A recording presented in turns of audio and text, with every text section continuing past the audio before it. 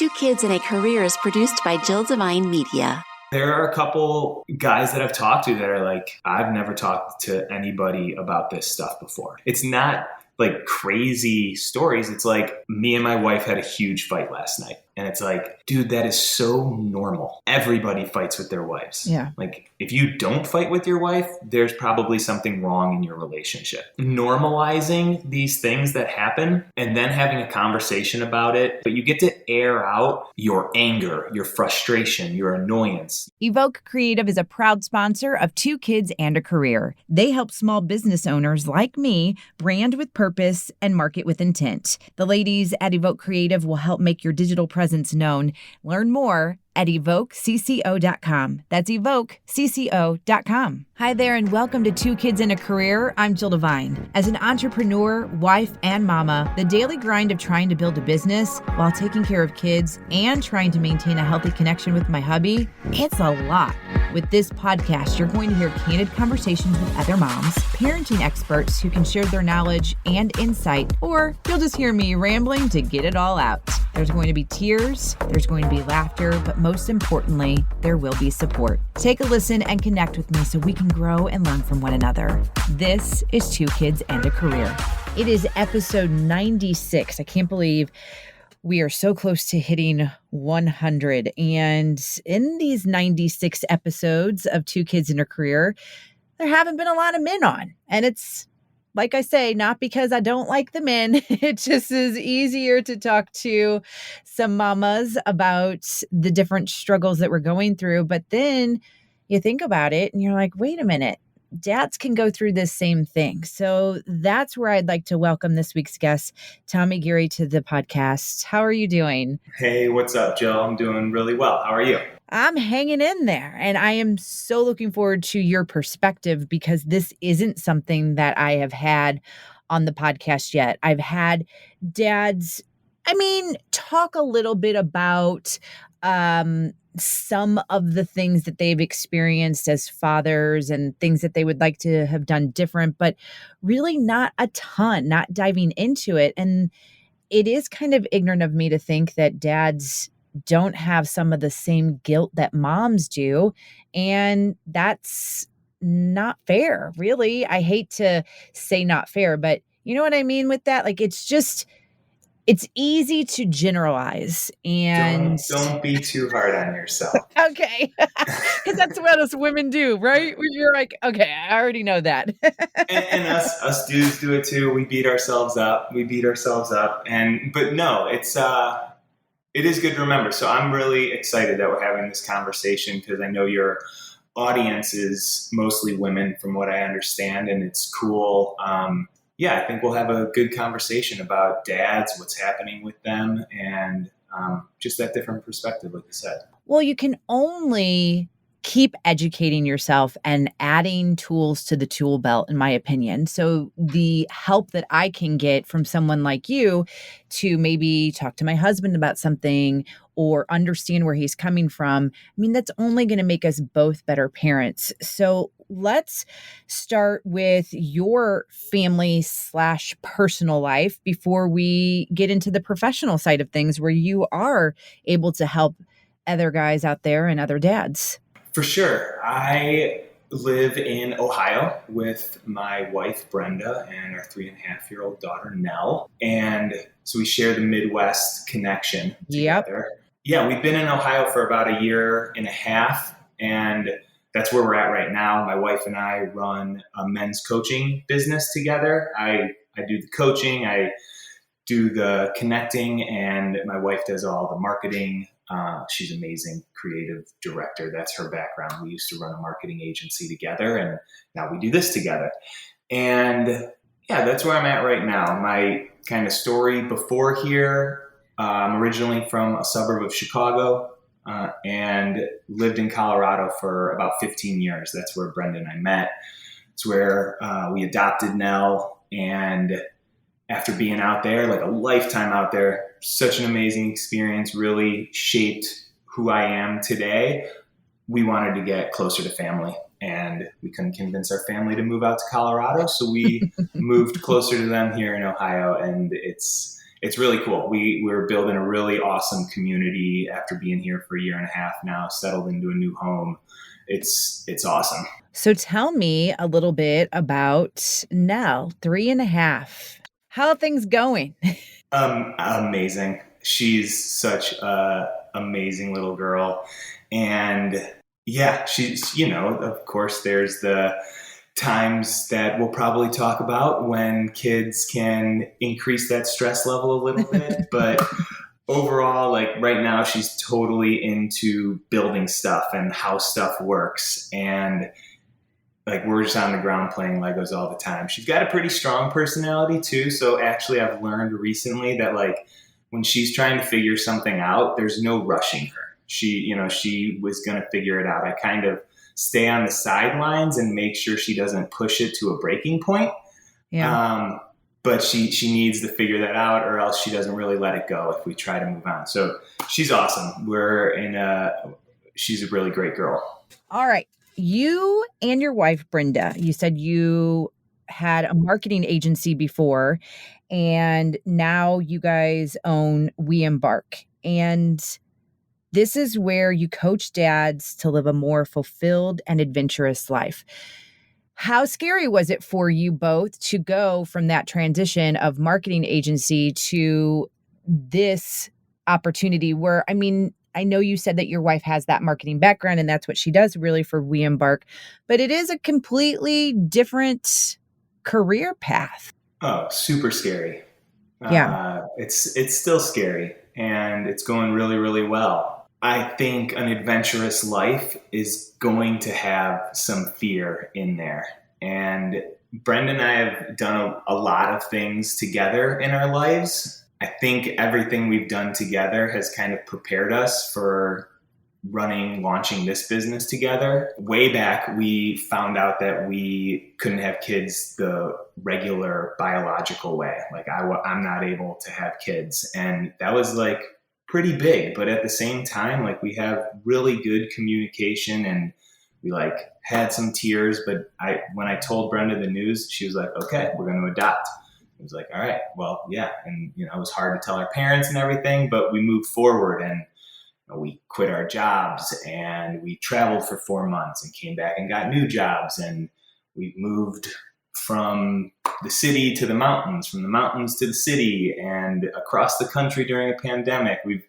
There's been so much that we've kind of jumped off the diving board into together that looking back, it's like, oh, like, of course we can do this. Let's go. Let's do this together.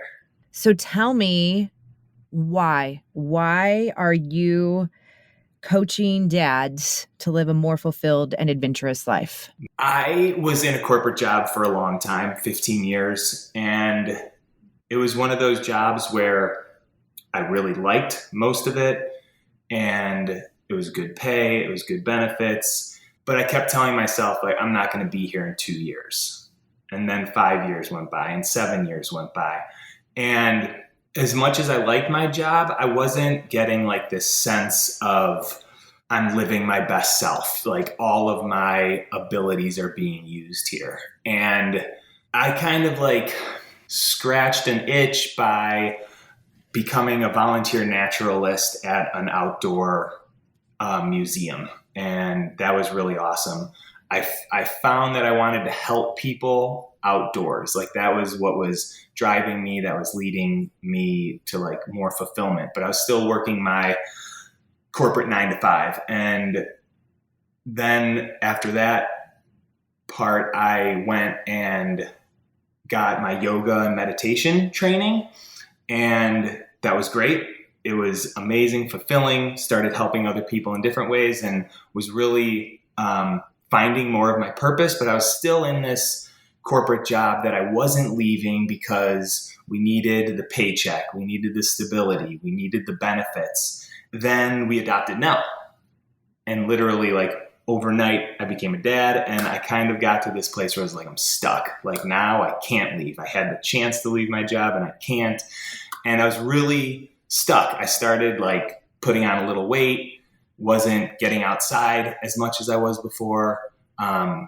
Really feeling like I was just kind of wasting time sitting at my desk. And then I wasn't showing up with the energy I wanted to for Nell and for Brenda. And I ended up getting a coach. And just, it wasn't like a quick change. I got a coach and quit my job. But I can look back to when I got a coach and I started aligning my priorities with my actions and started making things happen. And the first thing that I did was I left my corporate job and joined Brenda's marketing agency that we ended up running together.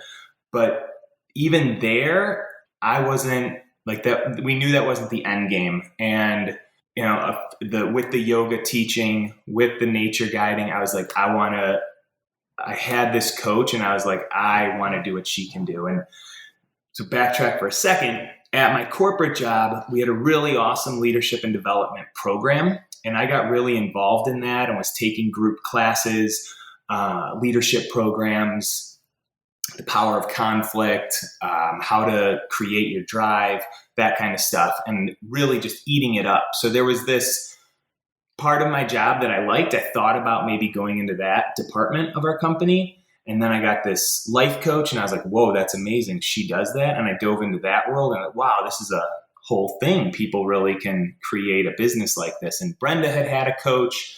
She loved it. She actually is a certified coach also. And yeah, it's not one day it happened, but at the same time, one day we looked at each other and we were like, you're going to sign up for certification training and we're going to go on this journey. And that's why I'm doing it. Like, as I became a coach, I was like, okay, I want to help the dudes that are in my position, those dads that feel like they're stuck, dads that feel like they're not showing up the way that they want to. And I want to help them. That like I know how to do it. I have these tools. I know what it takes to make those changes and grow. And that's why I'm doing it. Before we continue this conversation, I would like to talk to you about Evoke Creative. The ladies behind Evoke Creative are the reason why I have a website, JillDevine.com. They are the reason why I have a strategy put in place for digital marketing, and they can do the same for you. So let me tell you a little bit about a 3-part process that they provide for you. Each new client will begin with an introductory consultation, and you're going to talk about your business goals, your needs, all that good stuff. Then the strategy session will talk about the ins and outs of your business, your brand, your audience, your competition. And then the implementation phase is where Evoke creates and designs the crucial items for elevating your brand. I have been through each of these stages and oh my gosh, things that I didn't even think about, they provided to me. Things that are very critical for my brand to develop and evolve that I didn't think about. If you are a small business owner and you are looking to grow and you are looking to just do the best you can for your business and your brand, please talk to my ladies at Evoke Creative. EvokeCCO.com. That's where you will find them. EvokeCCO.com. All right, let's get back into this week's conversation. I think it's probably something that you can agree on, and maybe you know a little bit more about it through your training and the certification. But I think it's also generational things that some of that stuff has to stop. And I bring that up because of dads. I mean, it has been known that they're the ones that go to work and they're the ones that provide and they're the ones that aren't doing the nurturing, and they're the ones that when they get home from work, you just better leave them alone so they can decompress, and then a lot of the responsibility and the love and the care comes from the mom. I think that it's getting better. I see it within my household. Something that I remember saying to my husband not too long ago is I said, I don't ever want our children, like, I don't want to threaten them with, wait till your dad gets home. Like, I don't want you to be that guy. And I don't want to be the mom that's the case. Like, you better be scared of both of us. So instead, like, splitting all of those things, splitting the discipline, splitting the affirmations, I think that that's super important moving forward. Totally. That's hard. These societal beliefs that we have are well embedded into our programming and our conditioning. Just wait till your dad gets home. He's going to be so mad. I mean, Yeah. that is something we've heard our whole lives, and that shows up in how we act and the roles that we like traditionally play. For me, Brenda and I have switched roles almost organically. Like there was a time when I didn't have a job for a few months and I was transitioning. So I did a lot of the at-home stuff and she was working the long hours. And then that has switched again with this life coaching business and I'm working more hours and she's taking, so that's kind of switched for us. So how do those men that I have this one guy that I work with that he actually is that dad that's taking more control of the at-home stuff, planning, coordinating pickups, and he has a hard time with it. He wants to be doing it, but there are these beliefs embedded in him that are making him say, I should be doing something else. It's really interesting because he loves his family. He loves his daughters. He wants to make them all happy and give everything for them. But these programs that we have been taught subconsciously show up. And that's what's really cool about our conversations, like with a coach. Like we can talk about that and we look at the brain, how the brain works and how, when I think that I am supposed to be the breadwinner, that I'm supposed to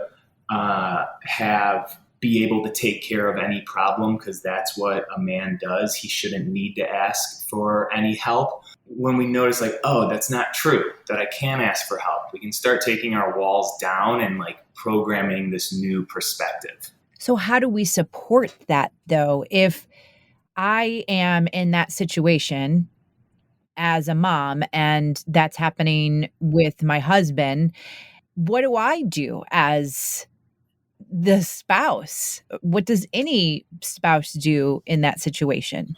Man, the women in our lives are like so important. They can see that outside perspective that we can't see inside of ourselves. And it goes the other way. Like the men can see what the women are doing in their lives. But I think more on the side of women, like, so when you say, let me just clarify, when you say, what can we do? Is that what you're asking? Yeah. I mean, it's hard for me to give an example because that's not the way it is in my household. However, I'm thinking about women who may be in the situation where they're the ones, their husbands are the ones taking care of most of those at home responsibilities and they're feeling whatever it may be, inadequate, whatever. Like, how do they shift and help make sure that dad knows how he is adequate, he is enough? So many of my clients have come to me and are like, how'd you find out about me? Well, my wife had a coach and I saw the changes it made in her life and I thought I got to try this out. The honesty and like maybe saying something like, I can tell that like you aren't loving your job right now or something isn't like right. You used to have this zest in your life and I feel like you're kind of losing it. And, here are some resources that I've heard about, like check out this dudes group, or do you want to try to get a life coach, or do you want to try to go start this new activity or join a softball league? I don't know, but it's supporting each other's growth, I think, is what it really comes down to, because we can't, another like societal belief that dudes carry is like a happy wife, a happy life. Yeah. That's not true. When you like put your happiness dependent on the other person, that's a lot of weight to put on someone. And you don't have any control of it. So if I am just trying to do everything I can to make sure that Brenda's happy, it's not going to turn out well for me. I'm going to be, we think we have to sacrifice everything for our families. We got to work really hard, and that doesn't work. And what the flip side to happy wife, happy life is supporting each other's individual growth.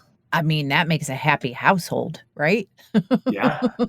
I'm taking this from, I'm not going to remember who wrote this book, but he interviewed 100 couples across the country that made 100 couples that had really good relationships. And the way that he found these couples was he just drove across the country, showed up in a town, ate at a diner, and was like, "Hey, I'm doing this book.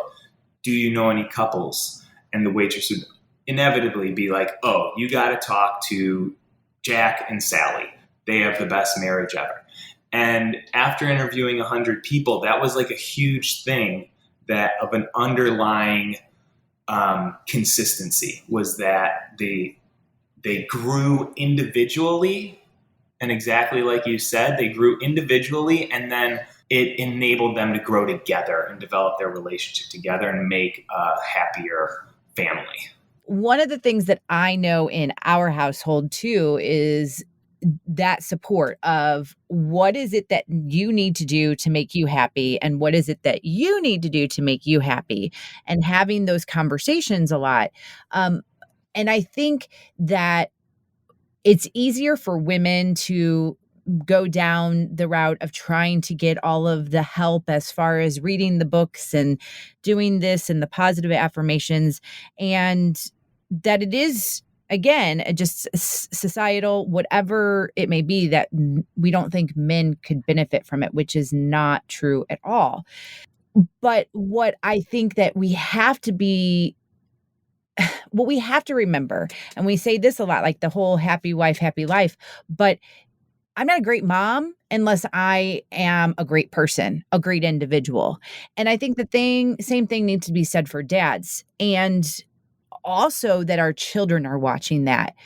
So that's kind of where I would like to talk next to you about, is that role of the dad and the importance of being there for his child's and what they see, because you read a lot of stats, unfortunately, about how the dad's not present or there's not a relationship. And so I didn't know if you had some insight you could provide on that one. It's so important to be present with your kids. And there's a difference between being physically present and mentally, emotionally, spiritually present. I was talking to this one guy, and he saw himself doing this. He was like, "I get home from work, I'm exhausted. There's house projects that need to get done. So I'm running around and, I'm not spending time with my kids, but there's so much to do. Like, life always gets in the way." We're talking about this. He knows that he wants to spend more time with his kids, but he's not doing it. And one thing that we work on a lot is slowing down. When we can slow down, we can start to connect more with the people around us. For this dad, we talked about kind of catching himself in those moments and slowing down. And we did this kind of future vision exercise that we do, and brought to attention like what's important to him and his family, and what does that look like, and how does that look like with your son? Is it running around and doing projects? No, it's more like slowing down, connecting with him one-on-one.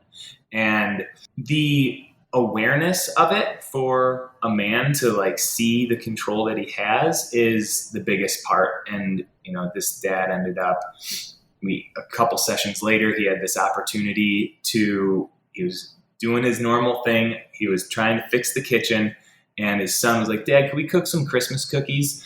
And he was like, 2 weeks ago, I would have been like, "Not tonight, buddy. I got to get this done and this done." And he almost said it, stopped himself.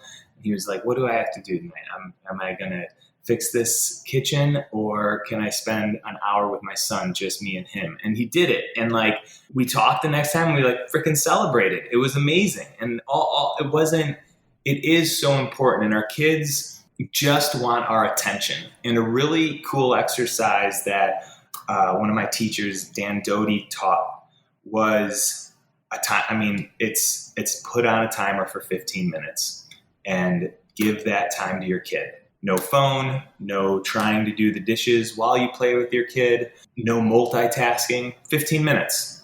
And I'll tell you, you do that and you're going to notice yourself want to pull away, however old your kid is, just get into the video game with them, get on the ground and play dolls with her, paint your nails, whatever your kid's doing, immerse yourself in that for 15 minutes. And it's not easy, but it's going to be huge for your kid to really know that they have your undivided attention, and for you to realize that, like, wow, how easily it is that I can get distracted with life around me. Yeah, I am not great at this, but trying to get better, it's just part of my like OCD, things in control and in order. And when I see the sink full of dishes, that just triggers something for me. But I have been trying to do that. When one of them says, can you just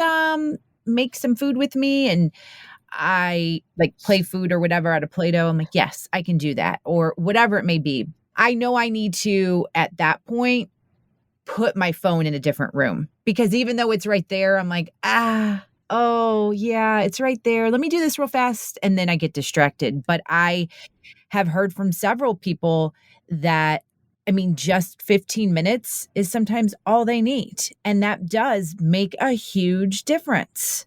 And I think you mentioned like this generational roles that we play.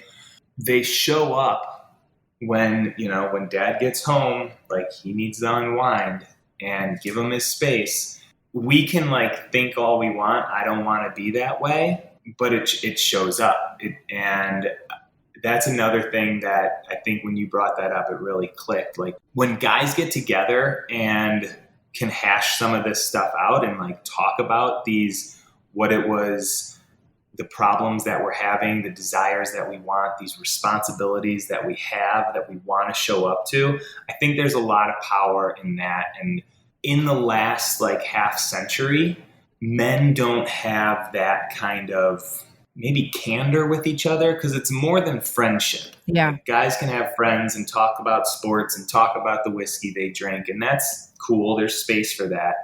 But guys don't have this outlet to like have a tight enough relationship where you can be honest with each other and be vulnerable with each other. And that's new to our human society. That historically men have had a lot tighter relationships. And, there's this book, Team of Rivals. It's the story of Abraham Lincoln and his cabinet members.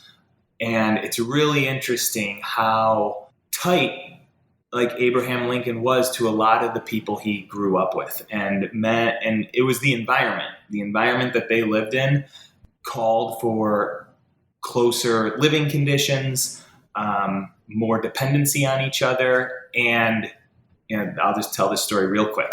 So Abraham Lincoln, lawyer, small town Illinois, when the Midwest was like the Wild West, not like it is now, when St. Louis was like really the gateway to the Wild Wild West. And he would travel around the state of Illinois hearing cases, because they didn't have a lawyer and a judge in every town. So he would travel with other lawyers, with the judge, and for like 3 months at a time, they'd just travel around, stop in different towns, stay for a few nights, and try all the cases. During that time, they were together. They told stories around the fire. It sounds weird, but they slept in the same bed in these hotels or boarding houses. That kind of relationship, you're going to, and you just see it in their lives. They correspond with written letters for the rest of their lives, and they have a support system that they can share their struggles with. They can be honest with each other. They can tell it like it is. And I think that's missing in a lot of dudes' lives right now. Yeah. How do we get there? You hire a coach. Yep, you're right. That's true. That's one way. That's one way is, because the difference is like your friend's going to empathize with you. Like, yeah, I get it, man. Totally. That's tough. Maybe they tell you to look on the bright side, but that's not what the like coaching relationship is. And I think there's like this misconception that people come to coaching because they have a problem. It's not, it's people that want to that have an awesome life, have figured a lot of it out, but want to level up and want to get better, make their connections better, be more present with the people in their lives.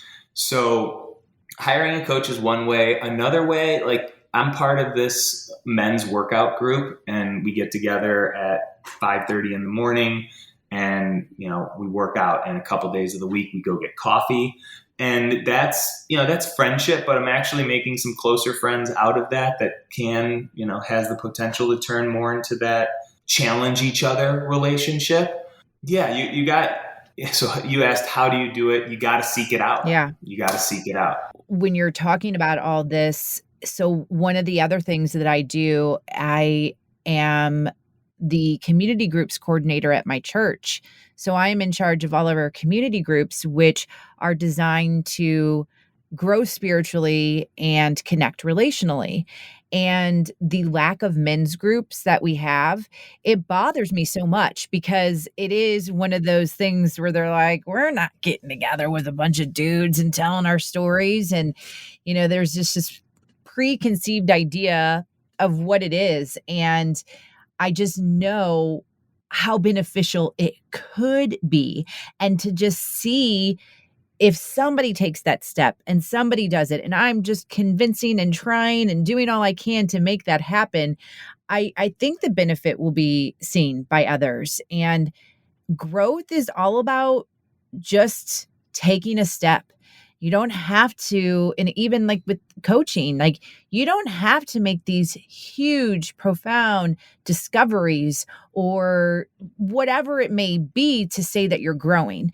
Just the interest and just taking the next step is huge. 100%. And we're also, we have our one-on-one group coaching program, and we also have group coaching programs. And that's something, maybe someone wants the one-on-one and they can open up more in the one-on-one space. Maybe they want to come into a group and with like-minded dads that are kind of going through the same stuff and share the stories that way. There are a couple guys that I've talked to that are like, I've never talked to anybody about this stuff before. And it's not it's not like crazy stories. It's like me and my wife had a huge fight last night. And he's never told anybody about that before. And it's like, dude, that is so normal. Everybody fights with their wives. Yeah. Like if you don't fight with your wife, there's probably something wrong in your relationship. And just that, so normalizing these things that happen and then having a conversation about it makes, like you said, it doesn't have to be this enlightening thing. Oh, I'm never going to fight with my wife again. No, that's not it. But you get to air out your anger, your frustration, your annoyance. You get this almost cleansing breath. And the more work you do on yourself and the more work you put into it, you will feel better. I love the cleansing breath. The cleansing breath. It's so cool because I know it. You said that and I was like, oh yeah. Yeah. Oh my gosh. Yeah. Like a rush of relief. And yeah. We tell the girls all the time to take some deep breaths, and we are taking them with them. Yeah. It's cool work that you do. And for guys to step up and say that they want to talk about this stuff, it takes courage. That's what I tell my guys, even just on the introductory call, dude, it took courage to pick up the phone and call. Yeah. It's not easy, but so powerful. It's just been my experience for myself. It wasn't easy for me at first, and it's still not always easy to drop my wall and admit that I want to talk about something because I'm not being as good as I want to be. but it's possible and it's cool when it happens. 100%. And we need to start thinking about those dads a little bit more. So with that, I think that's a great time for you to give out all the scoop. Tell people how they can reach you. And I'll also have it online at jilldevine.com. Our website, nowweembark.com. You can find everything, all of our offerings. We have a cool goal setting guide that you could download for free. And Instagram is probably the best way to get to know me a little bit better, get to know what we talk about, what we do. And that is Tommy Now We Embark, or Tommy We Embark. Yeah, that's it. So you'll put it in the notes so it's all easy to grab. But you'll find us, and we're really having fun with what we do. Tommy, thank you so much. Yeah, Jill, this was a really fun conversation. A reminder before we wrap up this week's episode, one of the sponsors of the podcast, Evoke Creative. If you are a small business owner, or maybe you're just looking to have a little bit of a hobby. I know a lot of people actually like to write blogs and they want a place to have them, and that's it. They just want a simple place to put their blogs in case people want to read them. Evoke Creative can actually help you do that. They can design the website for you. They can make it look pretty. They can help you get the information out to others. So as little or as big as you want to go with your business/brand, the ladies at Evoke Creative can help you out. Evoke CCO to see some of their work, including mine, which you can see that at jilldevine.com. Speaking of, if you go to jilldevine.com, that's where you will find all of my social media handles. You can also sign up for our email list that I promise you will not get a ton of emails from me. Just, updates here and there. And I would love for you to subscribe, rate, and review the podcast on the podcast platform of your choice, wherever you're listening to it right now. That would be so awesome. And as always, thank you for your support of 2 Kids and a Career.